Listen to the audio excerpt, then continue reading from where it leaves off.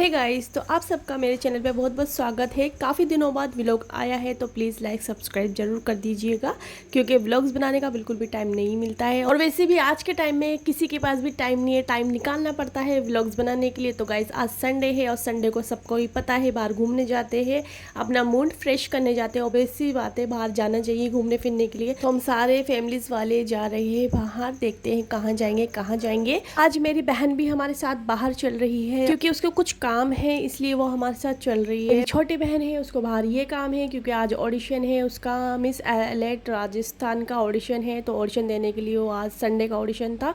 तो हमने सोचा पहले घूमेंगे फिरेंगे बाद में, पहले हम सिस्टर को ऑडिशन दिला के लेके आएंगे, उसके बाद हम देखते हैं कहाँ घूमेंगे कहाँ फिरेंगे। तो हम ऑडिशन देने के लिए निकल गए थे।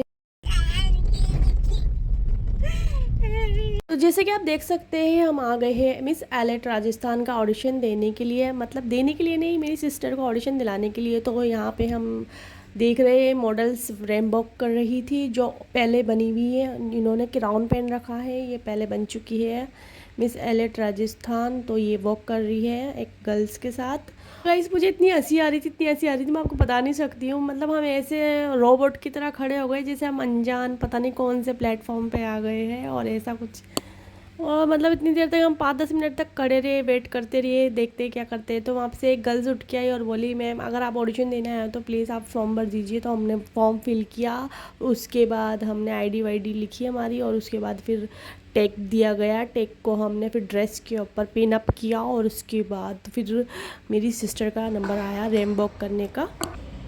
आप देख सकते हो मैं नीचे बेसमेंट में वॉशरूम बना हुआ था, वॉशरूम में आई थी, सारी मॉडल्स यहीं पे ही थी। और हमें जल्दी जल्दी से ड्रेस चेंज किया और जल्दी से ऊपर पहुंच गए थे हम रेड कारपेट पे वॉक करने के लिए। फटाफट से नैन्सी का नंबर आने ही वाला था। गाइस एक्चुअली क्या है, सुबह से ऑडिशन हो रहा था और हम पहुंचे थे शाम के 4 बजे। और शाम के 4 बजे जाने के बाद भी नंबर इतना मुश्किलों से आया, इतना लेट आया, क्योंकि इतनी सारी गर्ल्स आई हुई थी ऑडिशन देने के लिए। इतनी सारी मैं आपको बता नहीं सकती हूँ। और ये मिस एलेट राजस्थान का सेकंड ऑडिशन था, जो सेकंड ऑडिशन में भी इतनी सारी गर्ल्स आई थी। और फर्स्ट ऑडिशन में तो पता नहीं कितनी आई होगी।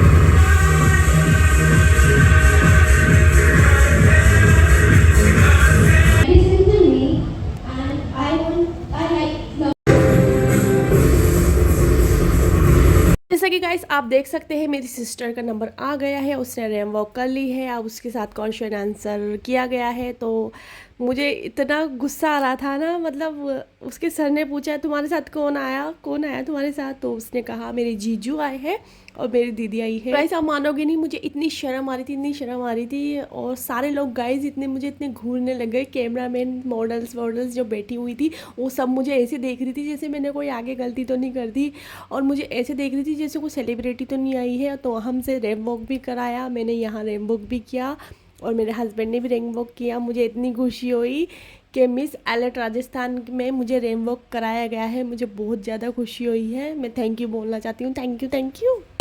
तो हम ऑडिशन दे चुके थे। और गाइस हम आए हैं हाइपर सिटी, और ये काफ़ी सालों बाद हाइपर सिटी आए। तो मैं आपको बाहर से दिखा देती हूँ पूरा का पूरा।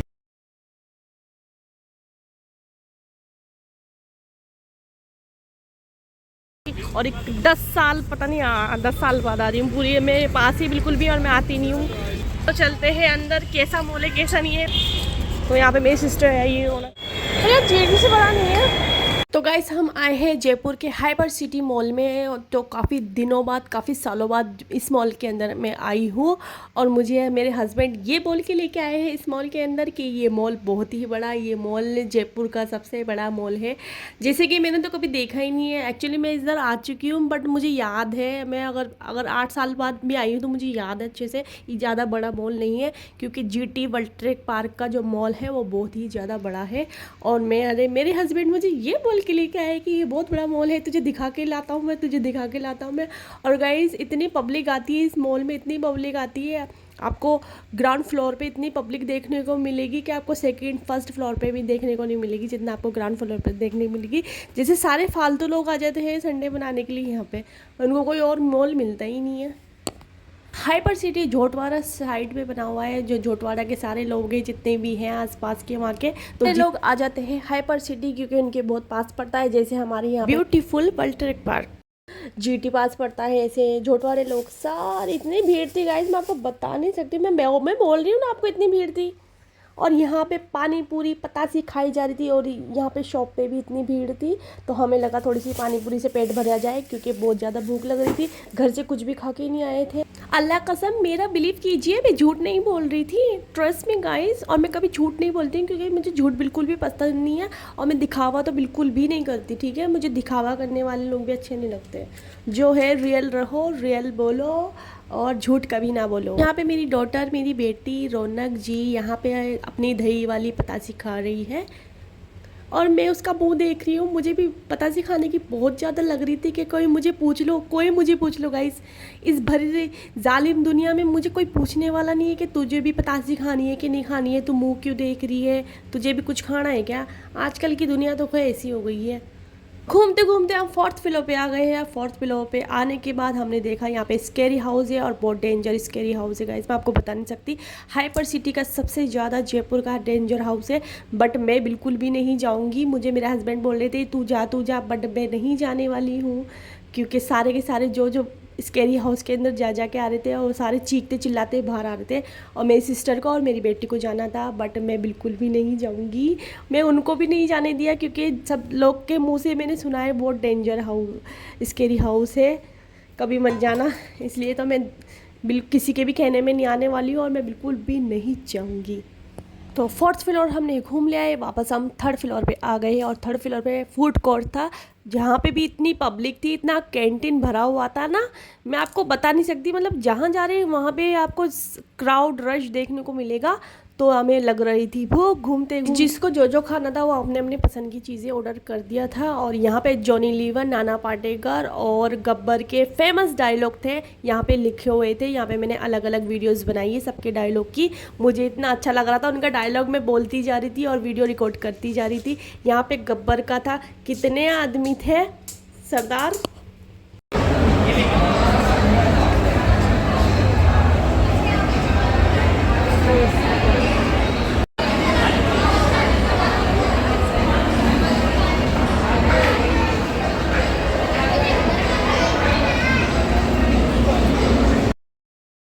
तो गाइस यहाँ पे शत्रुघ्न सिन्हा सर का डायलॉग भी था। यहाँ पे मैंने उनका डायलॉग भी रिकॉर्ड कर लिया है। जली को आग कहते हैं, भुजी को राख कहते हैं, कुछ ऐसा ही डायलॉग था। और भुजी को खाक कहते हैं, मसाला मिंगल में है, पता नहीं क्या लिख रहा था, बट मैंने सारा रिकॉर्ड कर लिया है। और यह टेबल के थोड़ा ऐसे दबा हुआ था, मेरे को बहुत मुश्किल हो था इसको रिकॉर्ड करने के लिए। और शत्रुघ्न सिन्हा सर से मैं मिल चुकी हूँ, उनसे मैंने हाथ वाथ मिलाया है और मेरा उनके साथ फ़ोटो भी है। अब ये मत बोलना कि कहाँ मिली थी, किधर मिली थी, ठीक है।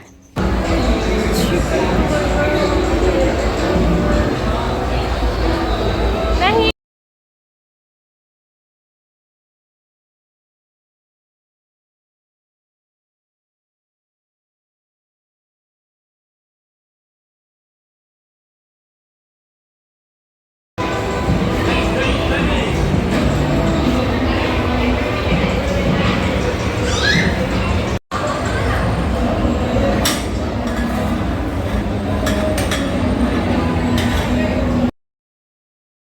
ओ माय गॉड, ये मैंने क्या देख लिया, I can't believe this. OMG, मुझे अपनी आंखों पे विश्वास नहीं हो रहा है। और गाइस आपको भी अपनी बात पे विश्वास नहीं होएगा क्योंकि अरमान मलिक की बेटी तूबा, यहाँ पे मैंने जयपुर में, हमारे जयपुर में तूबा आ गई है गाइस। और यहाँ पे कई सारे बेबीज़ बैठे हुए थे, काफ़ी सुंदर से क्यूट से थे, मुझे बहुत ज़्यादा पसंद आ रहे थे और मैंने सबकी रिकॉर्डिंग कर ली। और ये बच्ची काफ़ी देर से मेरे साथ घुल मिल गई थी और मेरे पास ही आ रही थी बार बार। मैंने इसको गोद में भी लिया था और ये बहुत क्यूट लग रही थी। और इसकी मम्मी मुझे देख रही थी, ये बच्ची क्योंकि भाग भाग के मेरे पास ही आ रही थी, मैंने इसको अपनी टेबल पर भी बिठा लिया था। और यहाँ पे क्यूट बच्चे थे। और गाइस तूबा देखने को मिल गई मुझे, तूबा अरमान मलिक की बेटी। आपको पता ही है अरमान मलिक की बेटी का नाम तूबा ही है। सेम कॉपी तूबा जैसी लग रही थी, सेम फेस उसका। मुझे तो बिलीव नहीं हुआ था, मैंने अपने आंखों से तूबा को देख लिया, अरमान मलिक की बेटी को। और मुझे इतनी खुशी हुई, पर वो मुझसे ज़्यादा बात नहीं कर रही थी, पता नहीं क्यों, थोड़ा नाराज़ सी लग रही थी। तो सारे बच्चों की मैंने वीडियोस बना ली है। अब हमारे खाने की पेट पूजा की तैयारी थी, तो हमने यहाँ पे पेट पूजा की थी। सबने अपना अपना पसंदीदा खाना मंगाया था और यहाँ से हमने पेट भर भुरा के हम निकल गए थे, क्योंकि बहुत ज़्यादा थक गए थे। सुबह के निकले हुए थे ऑडिशन के लिए और सुबह से हमारे को शाम हो गई थी। शाम को घूमते घुमाते हम निकल रहे हैं। पेट पूजा करने के बाद घर के लिए रवाना होने वाले हैं। बस नेट खराब है, लेकिन सच्ची में वीडियो से क्या लेना देना। खाना तो पड़ेगा, ऐसे नहीं मैं थोड़ी करते।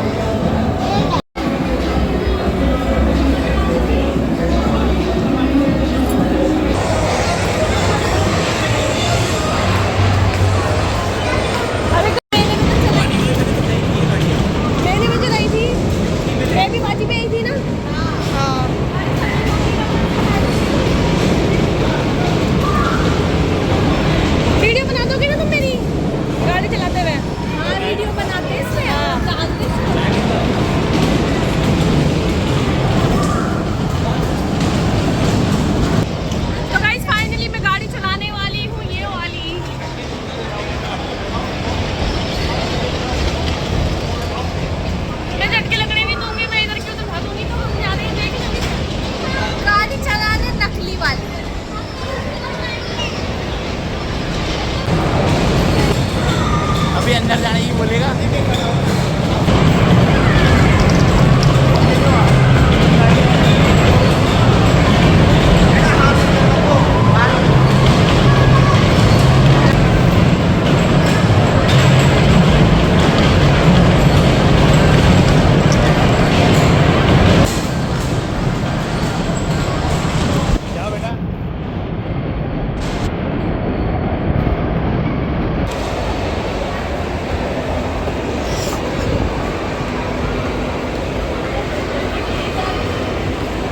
सर एक सेकेंड वीडियो तो बना लेना।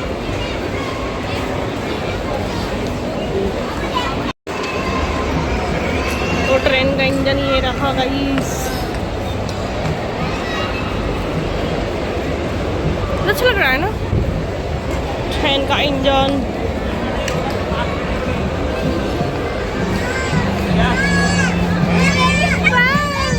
मैं बैठ जाऊंगी अंदर, मैं पस जाऊंगी। हाँ वो मैं भी आराम रुक जा। नहीं तुम बैठ जाओ, तुम इसकी माँ हो, मैं इसका बाप हूँ। इधर देखो दोनों जने दोनों खाए कर।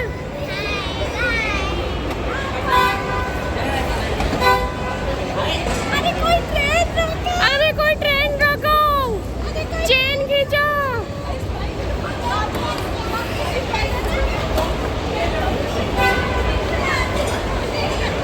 मम्मी से कह देना लड्डू भिजवाए थे, खा लेना। एक बार रुक जा,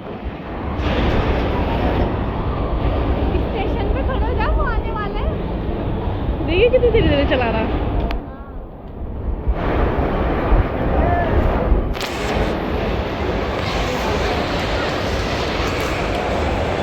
जल्दी जल्दी ऐसे हाथ कर, बस बस बस बस बस बस, आप ऐसे बोलिए।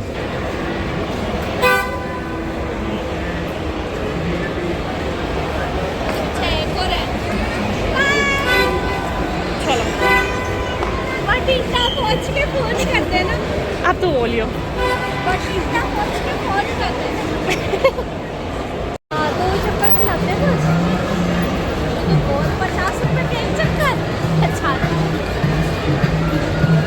अच्छा सो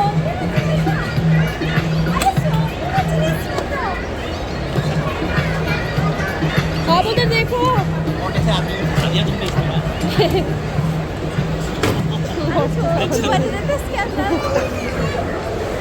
अच्छा लग रहा है।